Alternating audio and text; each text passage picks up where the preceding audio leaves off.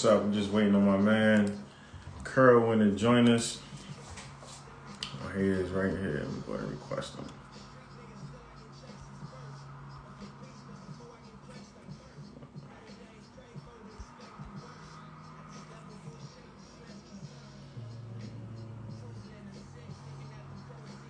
All right, here we go.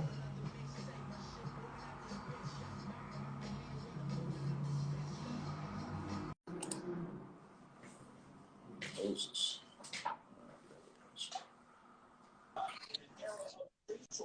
What's up, man? Hey, Peace, what's going on? I'm good, man. How your day going? It's going well, going well. How about Okay. yours? It's going pretty good.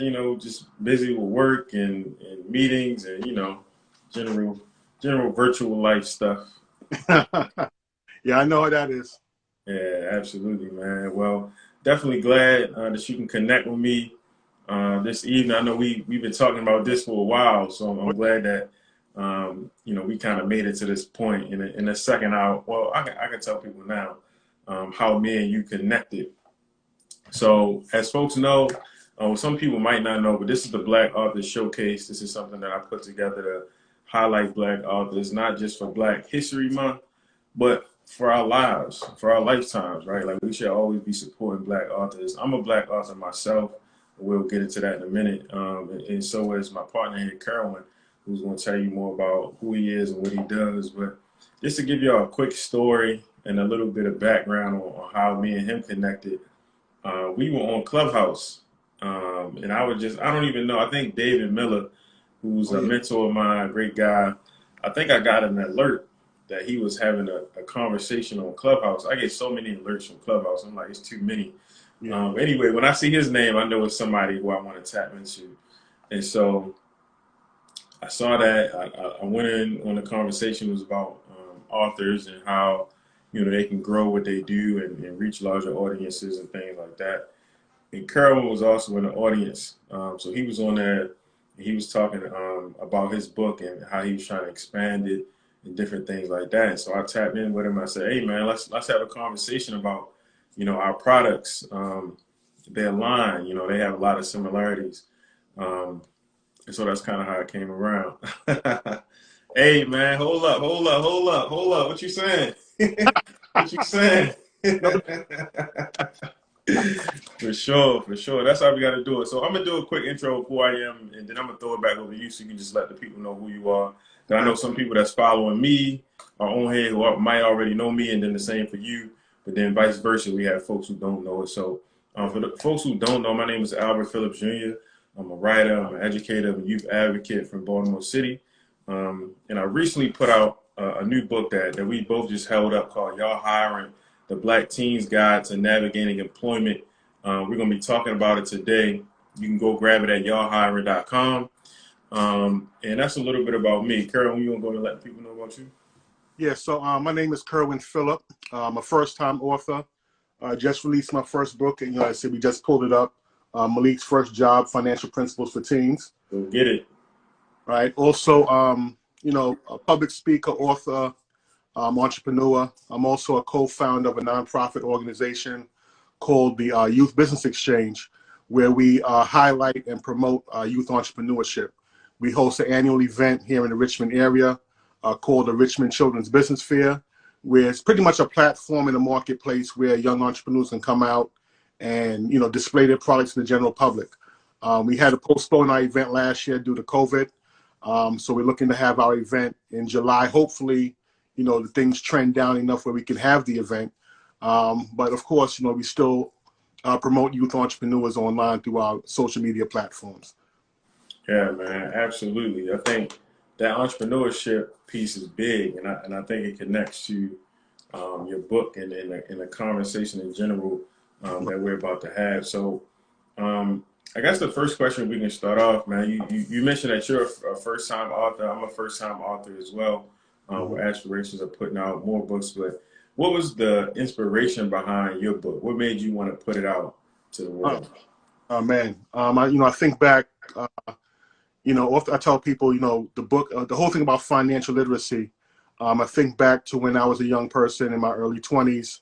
and the journey I went through with trying to manage money.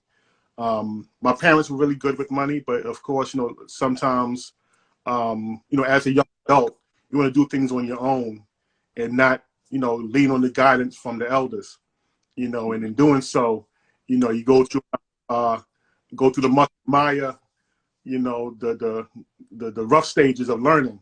You learn. So, as I got older, I wanted to kind of give like a resource that young people can use to learn from. That way they can get a better handle, or at least some basic knowledge of how to manage finance. And that piece about finance is super important. I know that just me being a teenager, and your book obviously is Malik's First Job: Financial Principle for Teens. And what I see on this cover is I see me trying to figure out how to get my finances together, Right. and making some just like crazy purchases. I remember I bought this car. My first, I guess, crazy purchase as a teenager. Well, it wasn't crazy to me at that time, but I went and bought this car from an auction. I think it was like $600, and it was a limit. Like it just literally drove, and I only had it for like 30 days. But I just wanted the car so bad, like I was just pressed to have a whip, and so the joint broke down. I couldn't afford to get it fixed. You know what I mean? I'm badly affording the insurance payments, like all this different stuff. So I wish that I would have like took my time and really invested into a vehicle that really made sense. You know what I mean? That can ride for more than 30 days. But in your book, what type of financial advice do you give? Some of the basic principles. I think the first lesson in which the first principle that are listed in there, which is pretty much the foundation of like wealth building and financial literacy, is paying yourself first, right? Oftentimes, we work a job, and once we get our paycheck, we think about the light bill, the car payment, the cell phone bill, the car insurance, all these different things. And we end up taking our check and dispersing it amongst these different bills that we have to pay. Then afterwards, we're like, hey, this is what we have. This is what I have left, and then what I'm gonna do with it, right? And that puts yourself at a disadvantage.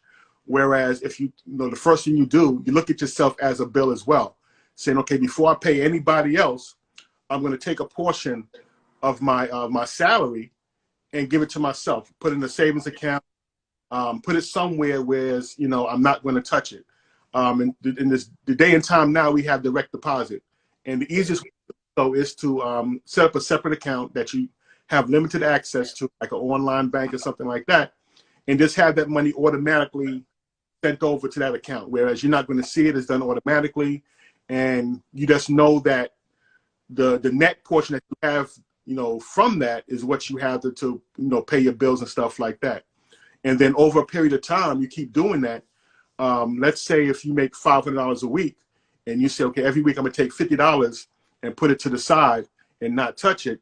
Within 12 months, after 52 weeks, you have over 2,000 some odd dollars, right? That you're not even accounted on. It's just sitting there, and because a lot of times we have emergencies that come up, or things of that sort that you can kind of lean on that money towards. Or if you want to try to multiply that money, you can go and invest it, right? The stock market and different things are like a hot topic right now, and you have different apps available that in the past you had to go through a broker and the whole complex process. Now you can take your money and put it in the stock market, right, with a touch of a few buttons in your hand, right? So we have the access for different ways for us to to build and accumulate wealth. And again, it starts with that discipline of paying yourself first, right? That's just like the first principle that I speak on, and there's others in there as well. I also talk about investing and the rule of 72, and knowing that how money multiplies, the power of compound interest, right? Because we see most, like, let's say we put our money in a regular bank account, it may earn less than 1% interest, right? Pennies. Right, pennies. But yet the rate of inflation on average is 3% per year. So if I put my money in a savings account and I'm only getting less than 1%, but the rate of inflation is 3%, I'm running behind. I might as well put that money under my mattress and let it sit there, right? So then you have to kind of educate yourselves on those different avenues or those different resources that are available that can connect you and help you to build that money faster. That's real, man. That's super real. That topic of finances, I think it can't be overstated. Somebody did ask a question. My homegirl Lex, she asked how long did it take for us to write our books or produce our books.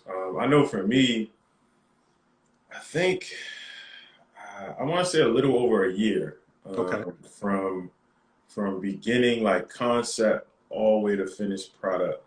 It really started with just like an idea, and it started with me just like literally writing stuff on pieces of paper around my spot and talking to other people and seeing what already existed.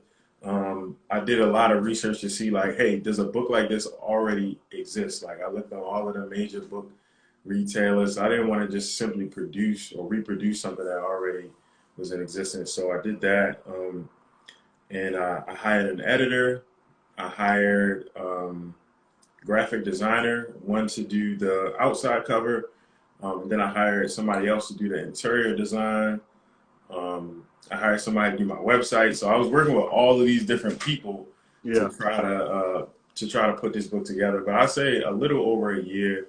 I think if of course, hindsight is 2020. If I was to do it again, I probably could do it quicker just based upon all the lessons that I've learned. But I would say about a year. So how long did it take you to put your book out? Man, I think probably about 2 to 3 years, because I had the idea of what I wanted to write, and I wrote down pretty much like a skeleton of what the book would look like, how it would flow. But then it took me a little bit longer to kind of go through and do the different conversations that took place within the book and writing that script. And I did the same thing. I got a literary agent to kind of help me with the whole process of editing and uploading the book to Amazon and things of that sort. Of course, got a graphic designer to help me out. Shout out to Natasha Brunson. Me and her go back a little ways. When I first came to Richmond and I was doing some workshops, she helped me get my foot in the door at the library to do workshops there. So I definitely want to shout her out. And again, just went through the process. Same thing, like got somebody do my website for me, and I think, as you say, the next go around, things may be a little bit easier because you go through you learn as you go. Exactly. Definitely learn as you go. For folks who are just joining in, my name is Phillips Jr. I'm an author, writer, youth advocate. I'm talking with my man Kerwyn about his new book. I'm talking about my new book. So feel free, if y'all have questions, y'all have thoughts, feel free to put them in the chat. There is another question. My fiance, she asked, where can we order the book? I guess she want me to promote our websites more. So in order to get my book, you can go to y'allhiring.com, and you can order the book. I sign it and I send it right to you. Kerwyn, where can people get your book? Yes, same thing. Go to the website, maliksfirstjob.com, and that's where you can get autographed copies of the book. I send it right out to you. Just got a whole shipment of books in early this week, so be in the mail immediately. Nice. So thank you for letting people know that. So let's get a little bit more into the process. You said it took you a few years. It took me a little over a year. Yeah. What was your process? You said you hired a literary agent and you worked with a number of different people. But as far as like your writing process, were you like on a computer? Were you putting pen to paper? Like how did you even come up with your cover? Like how did all that manifest? Oh man. So I use different methods to in writing the book. For the most part, I use my laptop. I kind of typed certain portions of it, but then sitting in front of a computer and typing is kind of time consuming. So I know at one point I was using my cell phone where, we could do like voice to text. Yeah. Right. And I would do that.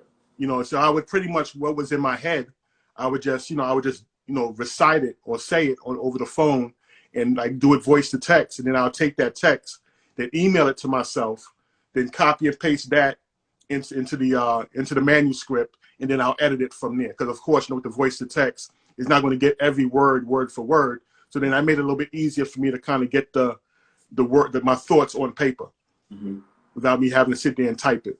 Because I'm like a 2-finger typer. These 2 fingers right here. Yeah, that's interesting. I think my process, I was all in on the typing. At first, I wanted to write it. I wanted to like handwrite it, and then I thought back to like I'm gonna have to erase a whole lot.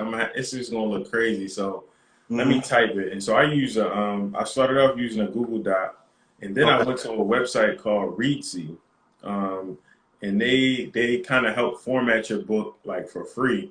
And then they also linked me up with different people who can support with different parts of the book. So I met my editor off of this platform called Reezy. And so she was able to, with our company, able to edit the book. She did an editorial assessment. We're pretty much, she let me know that, hey, this is quality. This is something that we can build on. And then we kind of went through like 2 or 3 different stages of editing. Which was actually fun for me. I enjoy like really, really going in on my work and changing things around and enhancing them and thinking more deeply about my audience. And so she helped to kind of pull all of that out of me. Like, when you're writing, sometimes you think everything that you write is perfect. Right. And so she was able to identify those blind spots and help me thinking about like how am I transitioning from one paragraph to the next, or just like different materials to include in there. And then she like, I didn't even know about getting my book submitted to the Library of Congress, like all of these different things that as a first-time author, you're just like, I don't know, especially if you self-publish, you know what I mean? You're just trying to figure it out. Right. She was able to kind of coach me through a lot of that stuff, help me get international distribution. So like you mentioned, Amazon, I'm on there too. Barnes and Nobles and a bunch of other websites, and so she helped teach me a lot of that information. Right. And so it was a lot of fun in that process. I noticed one thing about both of our books. We both have some black boys on the front. Yes. Which I think was intentional for both of us. What was your intention in putting Malik, this black guy, on the front of your book? Because again, it's very important for our young people to see images of themselves, on book covers. It kind of to help attract them too, because I had so many kids come to me saying that, they're attracted to the book because again, it's somebody that looks like them, right? And they can identify that, and they're more apt to pick it up and want to see what's inside, right? So it's all about the images, the black image, the black positive images, and of course I wanted to put him in the suit and tie and the bow tie, because again that's what he was wearing when he went on his job interview. You go inside the book, I kind of speak about how to dress, how he prepared his clothing, made sure things were on point, and I wanted to emphasize that portion as well. 'Cause I remember back when I went on my first job interview. And I told this story to someone a couple of weeks ago that it was in Manhattan. Back then, you go through the newspaper to find jobs, and I went I went out on the interview. Now I didn't have a suit, didn't have any dress slacks, so I ended up wearing some jeans. Right. At the time I didn't think they were jeans because they were like khaki colored, but the way they were cut and the material, they were jeans. I can admit that now. I had a little button up, and when I got to the location in the city, and I'm sitting in the waiting room and I'm looking around, everybody else that's there is suited up. I'm the only guy in there with jeans and a button up shirt, and I'm like, I'm out of place. But I was already there, so I'm like, I'm just gonna have to do what I could do, with what I got on. And then the gentleman that was doing the interviews, he came out. And he called me to the back. He said, "Young man, come let me holler at you real quick." He came, he sat me down. He said, "Look, you see how you're dressed?" I'm like, "Yeah." He's like, "You see how everybody else out there is dressed?" I'm like, "Yeah." He said, "Well, what's I want you to do? I want you to come back tomorrow, come back, with, at least a shirt and a tie and some slacks on, and then we'll do the interview then. Right. So I'm like, okay, cool. So I left and ended up, leaving, going downtown Brooklyn, getting a job at Modell's. So I never showed up the following day for that second chance. But the fact that he was willing to give me a second chance always stood out with me, And again, so I just wanted to kind of, if you read the book, you see in there, I also give tips that I've learned throughout the years on how to conduct yourself in an interview, how to find talking points to help engage conversation with the person that's conducting the interview. That way you can kind of make a connection. All that. Now I put little jewels in there just to kind of give some guidance on that as well. Yeah, and interviewing is super important. And I definitely don't, like, there's not like one way to do it. You know what I'm saying? And I would even say furthermore, like, I don't think you should interview the same way during every interview. And I say that because I really believe in reading who is interviewing you, reading the room, right? Checking out the space, maybe even knowing some information about who's interviewing you. And that's something I've talked to young people about. So, like, in some interviews, it might feel like more loose, like more jokey. And then you have other interviews where, like, it's like a drill sergeant, you know what I mean? And so you got to kind of be able to duck and weave and adapt to that. But we were talking about the covers of our books. And in my book, the cover was designed by a really dope graphic artist named Makia Hughley, who's from right here from Baltimore. And she did a lot of covers for other folks. One person called Donnie Fidel, he's like a sensational poet right now, killing the game. He just put out a new book not too long ago. But I did research to find her because I saw this book cover that I liked, and I was like, I want somebody who can do something like this. And so I found the actual designer. Because at first, I was working with a few other designers, and I just didn't feel my vision coming across like well enough. It felt like too corporate-y. I wanted it to be something that appealed to teenagers. And so she was able to be really creative in her approach to putting it together. And we went back and forth. You'll even see, like, and it's probably kind of hard to see, but he has a mustache. Like, we went back and forth about that mustache. Because at first it was no stash, and he was looking like he was like 9 years old. Yeah. I said, we gotta get a brother a little something. And so he got that, and he got the little, mini little bid. And so it was just a lot of fun kind of going back and forth. And it took a lot of work for us to get that together, but it was well worth it. I would encourage anybody who's working on a book or any creative project, like, take your time. Sometimes people have an idea on Friday and then they want to put it out. I mean, an idea on Monday and then they want to put it out on Friday. Right. And it's like, you ain't let it bake long enough. You ain't let it marinate. You got to let that thing stew a little bit because you throw it out there and then you want to retract so much because you didn't take your time with it. So that's real. Yeah, I learned that in the process. There was some after we put out the first release of the book, right? I went back and I noticed there were a couple errors in there. I'm like, I need to make some revisions, So I made some changes, So now like the batches that are come out now have the corrections. But it was a few things that I caught. I'm like, man, I didn't catch that through when I got the first proofs. But as you say, you learn through the process.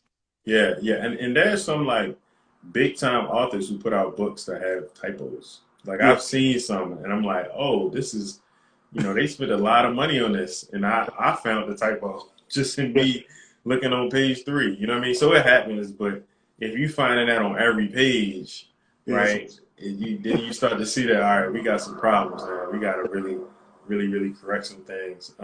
So as far as being an author, like what's your next step in that process? Like, do you want to put out more books? But what you moving towards? Oh yeah, definitely. I'm doing some more books. I have another book that I actually wrote before I wrote this one that I need to put out. It's something more along the lines of a hip hop oriented book for kids, like age between. It's more like a picture book that I wrote. And what's funny with that one, it took me about like I say like 30 minutes to write the book, you know, and I let a few people check it out, and they, you know, they liked it. But I think the issue I had with that one was I wasn't sure about the process, and also needed to get a an illustrator for the book. Being it's a picture book, there's going to be a lot of images, and just had to. Still in the process of finding the right person. I think I may go with Natasha, who did the book for me. Did Malik's first job for me because she could do different styles. You know, seen her do like anime, like Japanese anime, as well as the style that's on the book now, and as well as a few others. So I know she's very versatile, and I think once we come together with the, you know, how I envision the artwork to be, that I think it's gonna be a great project as well. That's tight. That's tight. Yeah.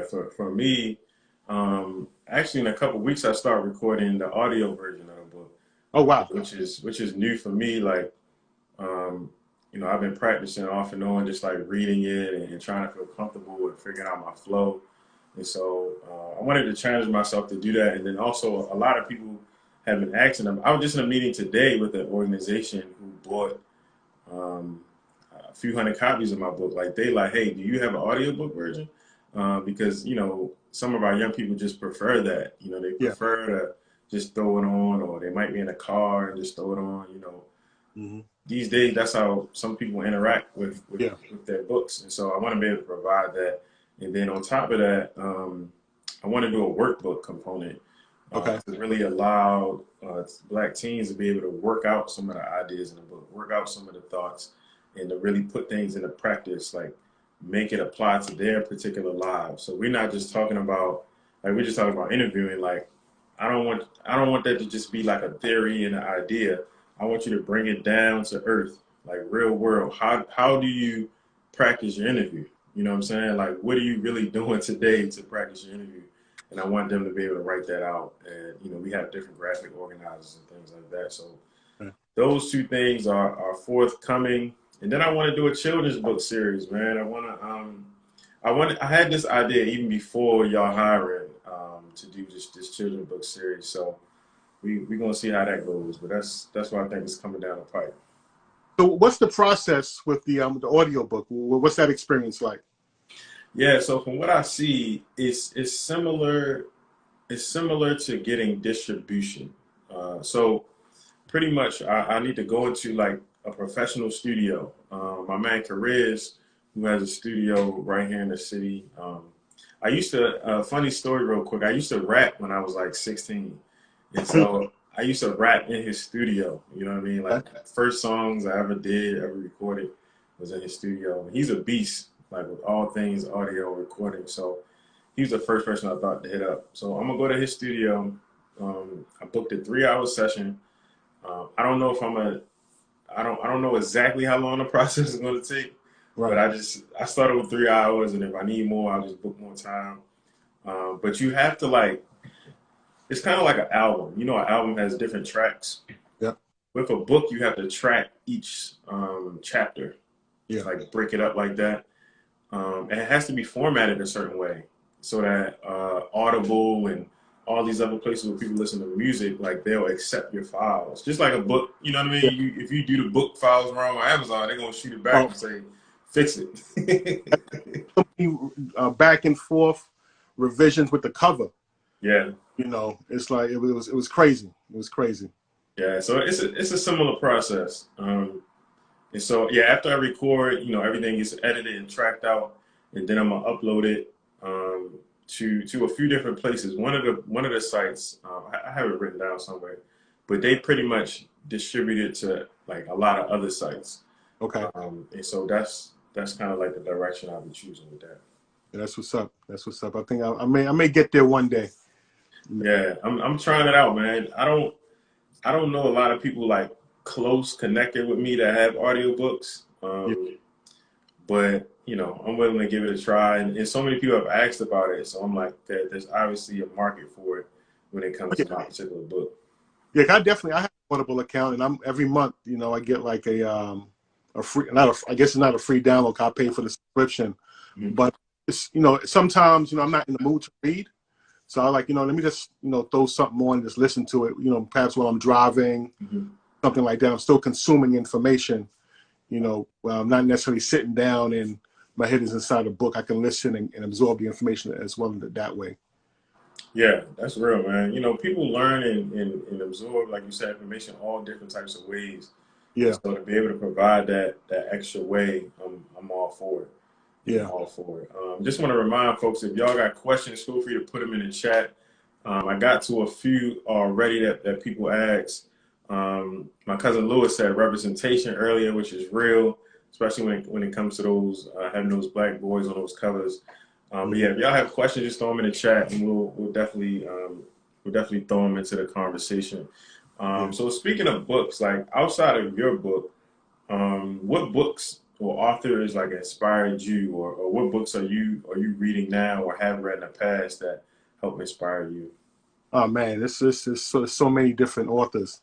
Um, I know Damon John. I think I have every book in his series. I've read from The Power of Broke, and I can't remember the first one where he spoke about the story of how he started Fubu and stuff like that. 'Cause I like biographies. I like to hear the stories of people, the process people went through to achieve success. Another book that stands out is The Alchemist Hmm. by Paulo Coelho. You know, that's a very powerful book.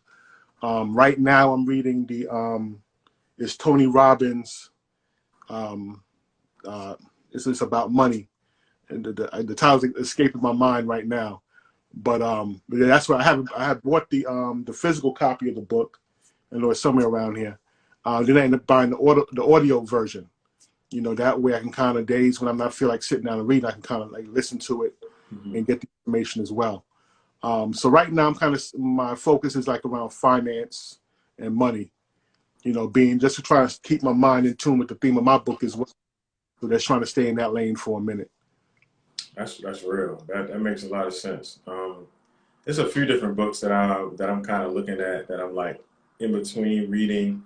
Hmm. Um, I'm trying to think of the name of the title, but it's the new Malcolm X book.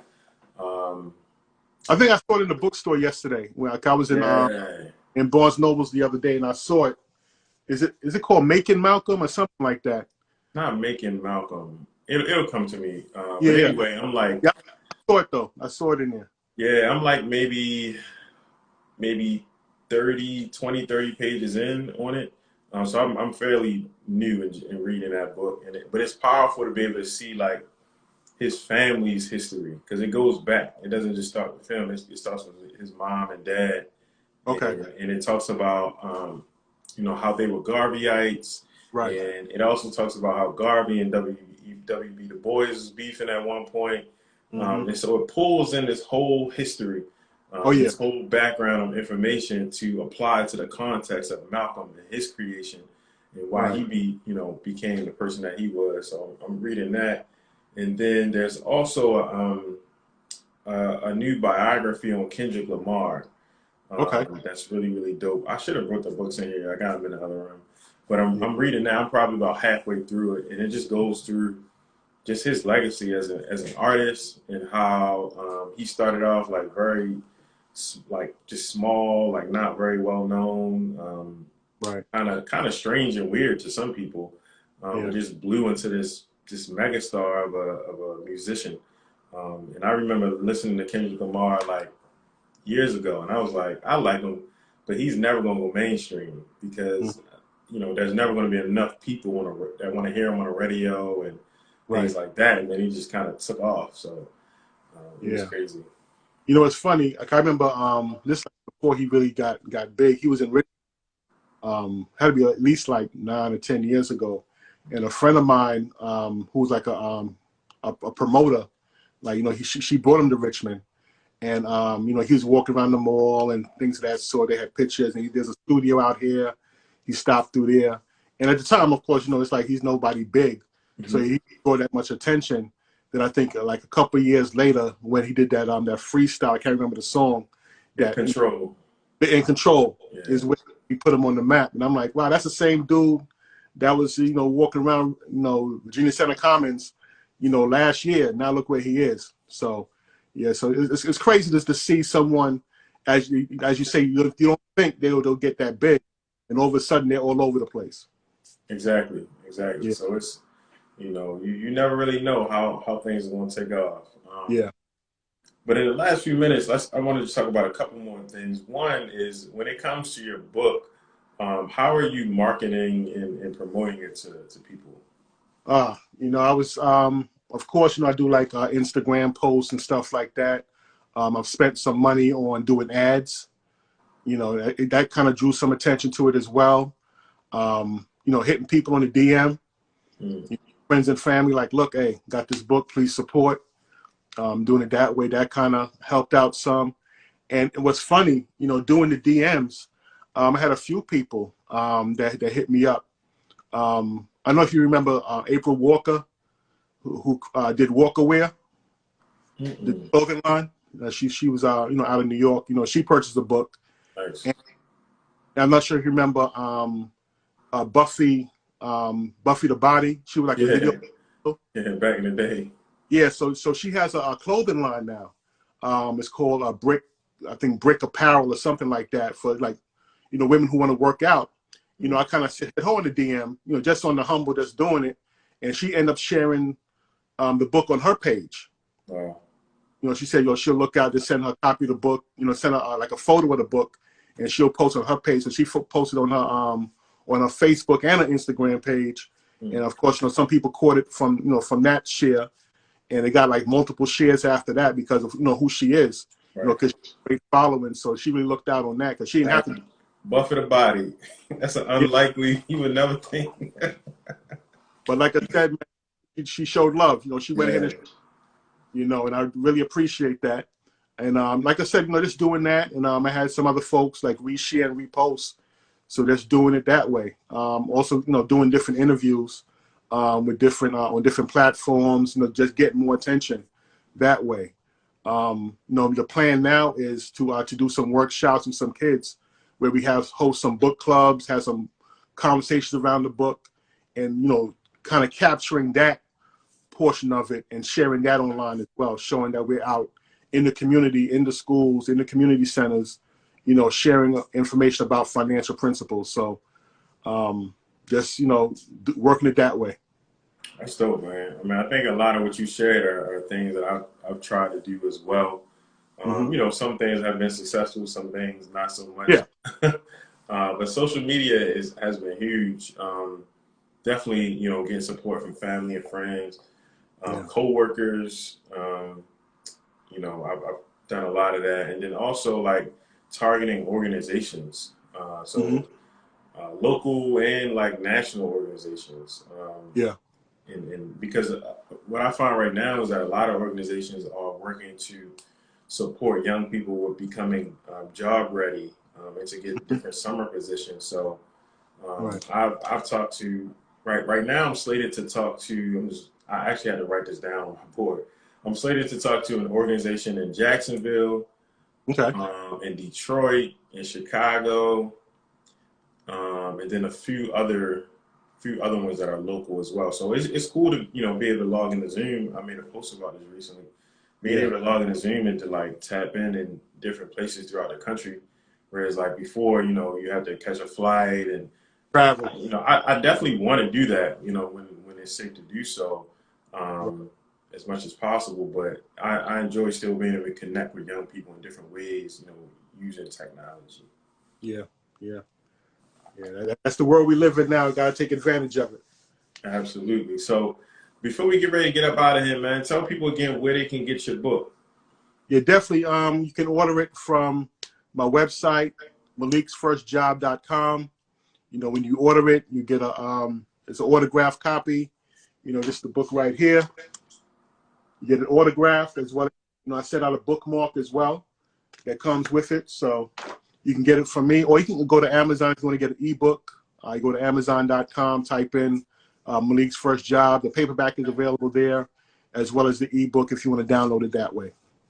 Perfect. Yeah, and me as well. Go to y'allhiring.com. I even made it simple. I put it on the back of the book. So you can go right to my website and like Kerwyn said, man, get your autograph copy. So make sure y'all go to y'allhiring.com and we ship it right out to you. Make sure it's autographed and it come right to you, and spread the word. A big part of this is supporting Black authors. Is about spreading awareness, maybe sharing what we do in our books with other people in your network who may not be aware, or folks who are possibly interested but just have never heard of it, right? So we want to be able to share that information. Make sure you're following us. Make sure you subscribe to what we're doing. Check out our websites, and keep supporting Black authors, man. All 2021, all the rest of your life, we supporting Black authors. We're making it the new normal, as they say. Yeah. Before we wrap up, man, we definitely got to give a shout out to the brother David Miller. Yes. I think every conversation, like anytime there's like a group conversation, everyone always talking about how David inspired them to start writing. You know, there was a point in time, while I was working on this, anytime we have a conversation, he would always ask, "How's that book coming along? How's that book coming along?" You know, and that gave it that extra push to keep working on it. And I've had like the same testimony from several different brothers. Mm-hmm. You know, so he's on like everybody's back to be writing and putting the book out. And he just came out with another book. So yeah, shout out to David Miller. He's an OG in his writing game, in his book publishing game.